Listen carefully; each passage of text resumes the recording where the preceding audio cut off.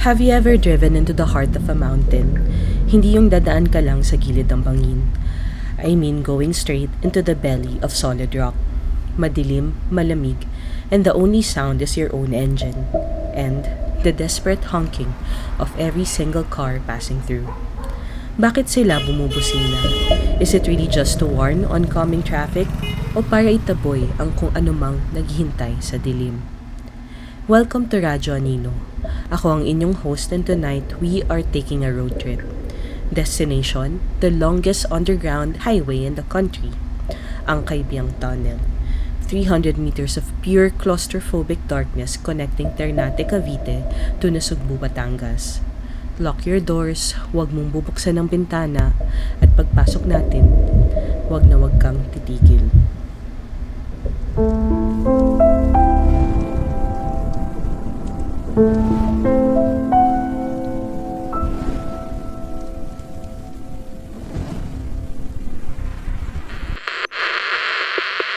The Phantom Passenger. The wind bites into your jacket. It's past midnight. You are riding your motorcycle along the Ternate and Nasugbu highway. The road is pitch black. Walang street lights. Walang mga bahay. It's just you, your flickering headlight cutting through the fog, and the endless zigzag of the mountain road. You can hear the crunch of your tires on the asphalt. Mag-isa ka lang, or at least that's what you tell yourself. As you approach the entrance of the Kaybiang Tunnel, the air changes. Hindi lang siya basta lumamig, bumigat. It feels like gravity just doubled. You downshift, preparing to enter the 300 meters of concrete darkness. You press your thumb against the horn, and you keep doing it, just like what the locals tell you. You are doing everything right. But then you feel it. A sudden, aggressive drop in temperature right at the back of your neck. Hindi ito hangin. It feels like someone just opened the freezer right behind your helmet. Then, the suspension of your motorcycle groans. The back tire swerves a little. Bumigat ang likod ng motor mo. May umangkas. Your heart hammers against your ribs. You stare straight ahead, gripping the handlebars so hard your knuckles turn white. Isipin mo yung takot. You are running at 60 kilometers per hour. Hindi ka pwedeng tumigil. You know the rules of the tunnel. Never stop. But there is a distinct heavy weight pressing down on the seat behind you. Nararamdaman mo yung pressure sa bewang mo na parang may nakayakap sa'yo. It's freezing cold, and the smell? It smells like damp earth and dried blood. Lilingon ka ba? You try to rationalize it. Baka flat tire, baka nagloloko yung makina. But the physical sensation is too real. You can feel the distinct pressure of two hands gripping your jacket. The cold breath seeping through the gap between your helmet and your collar. Every instinct in your body is screaming at you to hit the brakes, to jump off the bike, to run. But you are trapped inside a 300-meter tunnel of solid rock. Kung titigil ka, saan ka tatakbo? You fix your eyes on the small semicircle of light at the end of the tunnel. Ayan na ang exit. You just need to reach the exit. You twist the throttle, praying the engine doesn't die. You don't look at the side mirrors. You know better than to look at the side mirrors. Because if you do, you know exactly what you'll see looking back at you. Isang mukhang walang mata, nakangiti sa likuran mo. You burst out of the tunnel into the open night air. The sudden warmth of the normal atmosphere hits you. And just like that, the weight vanishes. The motorcycle jerks forward, suddenly lighter. You pull over at the nearest gas station, miles away. Nanginginig ang buong katawan mo. And when you check your back seat, may mga basang bakas ng putik. You were never alone inside the dark.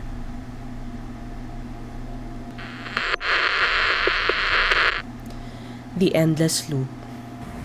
Now let's step into a crowded jeep. Galing kayo sa isang family outing sa Batangas. Late na. Around 8 or 9 p.m. Everyone is exhausted. May mga natutulog na, mostly women and children, leaning against the cold metal bars of the jeepney. Your uncle is driving, and he decides to take a shortcut through the mountain highway heading back to Cavite. Sa unahan ninyo, may sinusundan kayong isa pang jeep. It's the only other vehicle on the road. Para hindi kayo maligaw, the driver just follows the taillights of the jeepney in front of you. You are staring out the window, watching the trees pass by. But something catches your eye. Sa likod ng jeep na sinusundan ninyo, may nakataling lobo. A single floating balloon bobbing up and down in the pitch black night. It's such a weird, out-of-place detail. Bakit may lobo sa likod ng jeep sa gitna ng bundok? Biglang nag-iba ang ihip ng hangin. The temperature plunges. The kind of cold that sinks into your bones. The darkness outside the window stops looking like the night sky. Nagiging parang itim na pintura. You can't see the trees anymore. You can't see the road. Just the eerie red glow of the taillights ahead and that bouncing balloon. One of your cousins inside the jeepney, someone known in your family to have a third eye o pangatlong mata, suddenly sits straight. Namumutla. She grips the metal railings, her eyes wide with absolute panic. Buksan niyo yung ilaw, she screams at the driver. Buksan niyo yung ilaw sa loob ngayon na. Light weakens them. That's the belief. Light strips away their courage to approach. The driver quickly flicks the interior cabin switch. The pale yellow light floods the jeepney, waking up the others. But the feeling of dread is already inside with you. Tumatayo ang balahibo mo. Every single hair on your arms is standing straight up. You look out the window again. And you realize something terrifying. You've passed that same twisted tree 5 times already. You've navigated the exact same sharp curve over and over again. You are looping. Naliligaw kayo.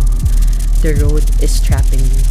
And the jeepney ahead of you, the one you are blindly following, you squint through the windshield, staring hard at the floating balloon. Only now your eyes adjust to the darkness. Hindi lang siya nakatali. May naglalaro ng lobo. 2 small pitch-black figures. Child spirits. They are sitting on the rear step of the lead jeepney. Their legs dangling, tossing the balloon back and forth. Wala silang mga muka. Just pure, heavy shadow. And they are leading you straight into nowhere. Then, an impossible sight. In the middle of this desolate, pitch-black mountain highway, with absolutely no houses, no lights, no civilization in sight, a tricycle stops on the side of the road, and passengers step out. Mga taong bumaba sa gitna ng kawalan, disappearing into the solid wall of trees. Your cousin with the third eye starts crying uncontrollably.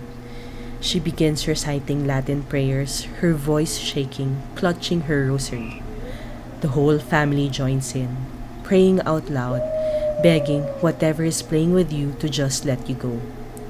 The prayers echo inside the small jeepney, fighting against the suffocating silence outside. And then suddenly, the air snaps. The heavy pressure bursts like a bubble. The trees look normal again. The lead jeepney turns a corner and completely vanishes, as if it never existed. And right in front of you, looming like a giant open mouth in the mountain, is the entrance to the Kaybiang Tunnel. You pass through, honking the horn like your life depends on it. What would have happened if you didn't pray? Saan kayo dadalhin ng mga batang nakasakay sa jeep?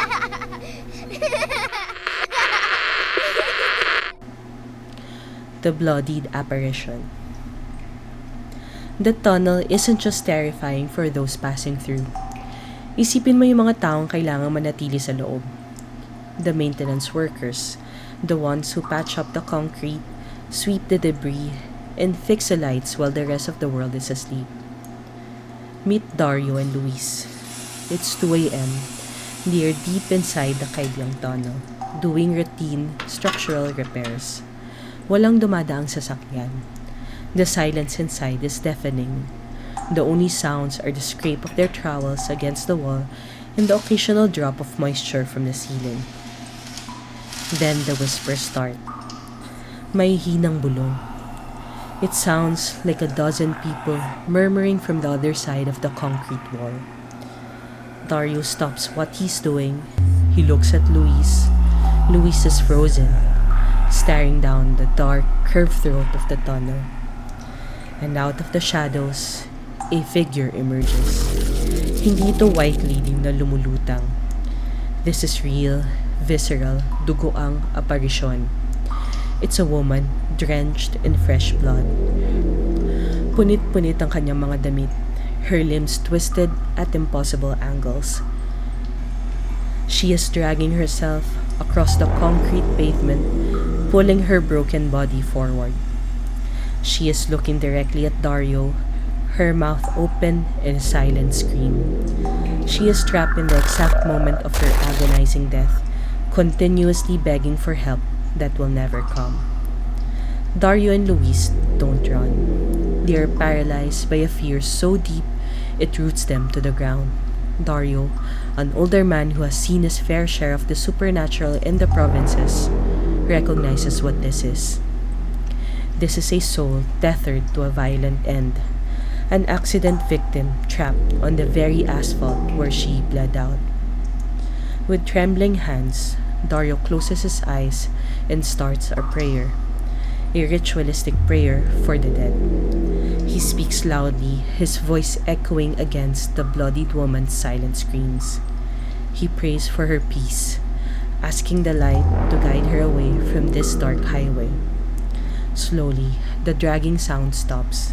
The bloodied apparition flickers, her agonizing expression softening for just a fraction of a second. And then, she dissipates into the damp air, leaving nothing behind but the smell of copper and rot. But as the air clears, a single disembodied whisper brushes right against Dario's ear. A final warning etched into the silence of the tunnel. Sa Kaybiang Tunnel, hindi lahat ng kaluluwang dumadaan ay buhay.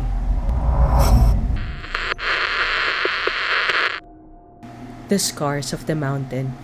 So why is Kaybiang like this? Bakit napakabigat ng hangin the moment you cross the threshold? Why do these entities converge in this 300-meter stretch of concrete? Hindi ito random. Places like this are created. The land holds on to trauma, and this mountain is practically bleeding with it. Let's look at the history.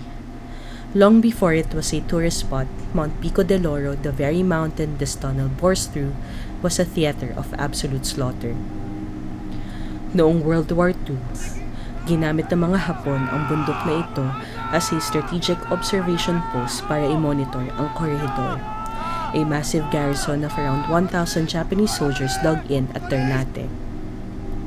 When the U.S. Army's 11th Airborne Division attacked in March 1945, it was a bloodbath.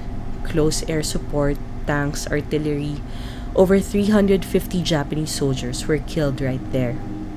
But hundreds escaped into the deep, unforgiving mountains surrounding what is now the Kaybiang Corridor.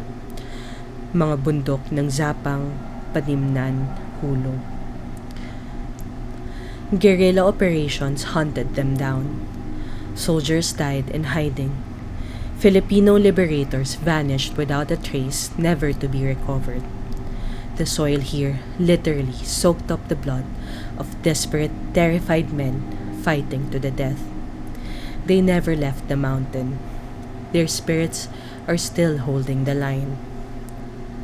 The war ended, pero hindi pa din tapos sa mga trahedya sa bundok na ito.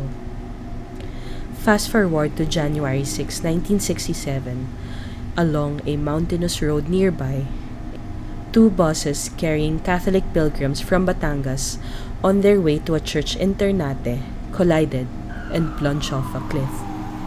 More than 80 people died, mostly women and children. It was one of the worst road accidents in global history at the time. The very corridor the tunnel was built to bypass is a massive, winding graveyard. But the locals, the ones who have lived in Cavite for generations, they know the darkness here predates even the wars and the crashes. Bago pa man naging expressway ito, this area was known as the threshold to the barrio ng Aswang. Oo, tama yung pagkarinig mo. This is ground zero for Cavite's darkest folklore. In the 1990s, the surrounding towns experienced waves of manananggal sightings. Creatures leaping over fences, hiding behind elevated water tanks, shape-shifting before dawn. The locals know that when you hear the tick-tick sound on your roof, the creature is far. But when the clicking grows faint, it's standing right beside you. The mountain was already spiritually volatile. It was a protected landscape, not just ecologically but supernaturally. At anong ginawa natin? In 2012, we brought in heavy machinery, dynamite and drills, and we literally bored a 300-meter hole straight through its heart. The construction of the Kaybiang Tunnel was a violent act of modern infrastructure imposed on sacred traumatized land. Binuksan natin ang sugat ng bundok. We disturbed the Japanese soldiers, the lost guerrillas, the accident victims, and the ancient entities of the barrio ng Aswang. We gave them a doorway. This is why the unique rules of Kaybiang Tunnel exist. Why you must honk your horn continuously.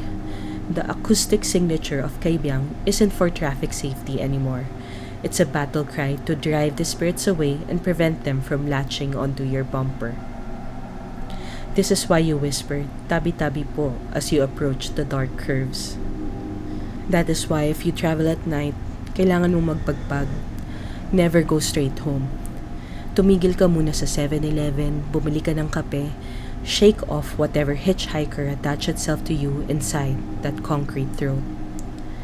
And most importantly, this is why you never ever stop inside the tunnel. When the government banned tourism and photo ops inside the tunnel in 2020, they said it was to stop traffic congestion and littering. But the locals know the real reason. By banning people from lingering, the government accidentally enforced the spirit's own rule. Kaybiang is a place of passage. It is not a destination. You do not stay where the dead reside.